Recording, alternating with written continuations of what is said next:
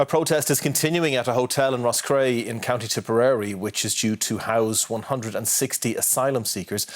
And new figures have been issued by the government in relation to those seeking asylum in Ireland and where they are being accommodated. Mary O'Regan of our political staff has more detail. Accommodating those seeking international protection has become an increasingly fraught political issue. Some local representatives claim that their areas are taking more than their fair share.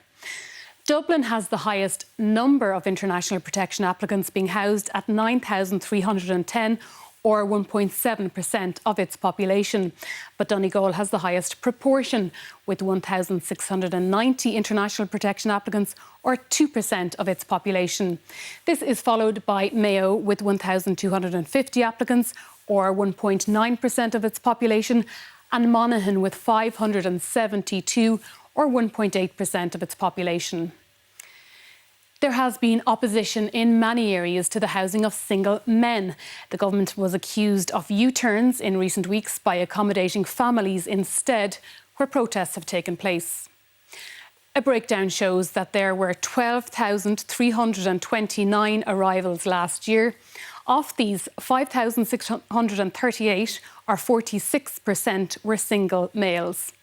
3,472, or 28%, were part of families with children.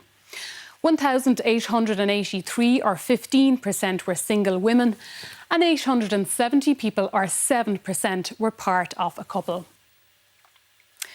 The government is considering purchasing large-scale reception centres, with a cabinet decision likely in the coming weeks. But the sums paid out to accommodation providers, largely consisting of hotels, has increased sevenfold, from 78 million in 2018 to 617 million in 2023. This amounts to an average of 18,500 per person housed per year. Mary O'Regan of our political staff there, and we'll have more from Roscrea later in the programme.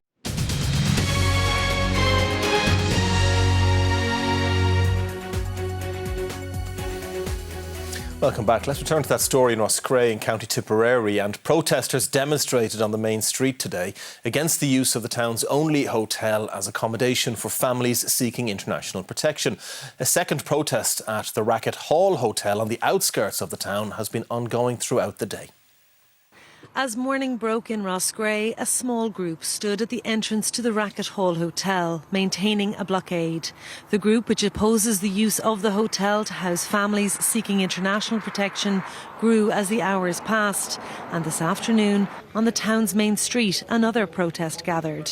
My own mother would have had her 90th birthday party there, and family gatherings and all that, and actually I'm very upset over it. No, it's ridiculous what's going on. The only amenity in Roscrea that we have, and they're taking it off us.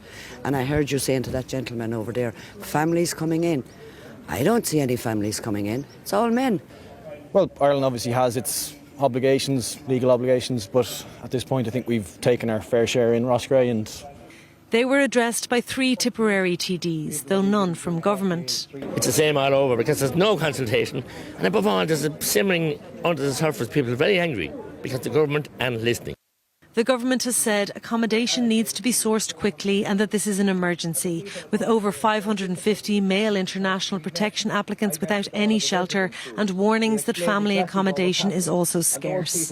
And I'm in favour of we meeting our international obligations, but you must do it in a planned, coordinated, organised way. At the moment we have no plan. We're just making it up as we go along. Local Fianna Fáil councillor Michael Smith said he has concerns and questions about the use of the hotel and wants to see the Minister for Integration.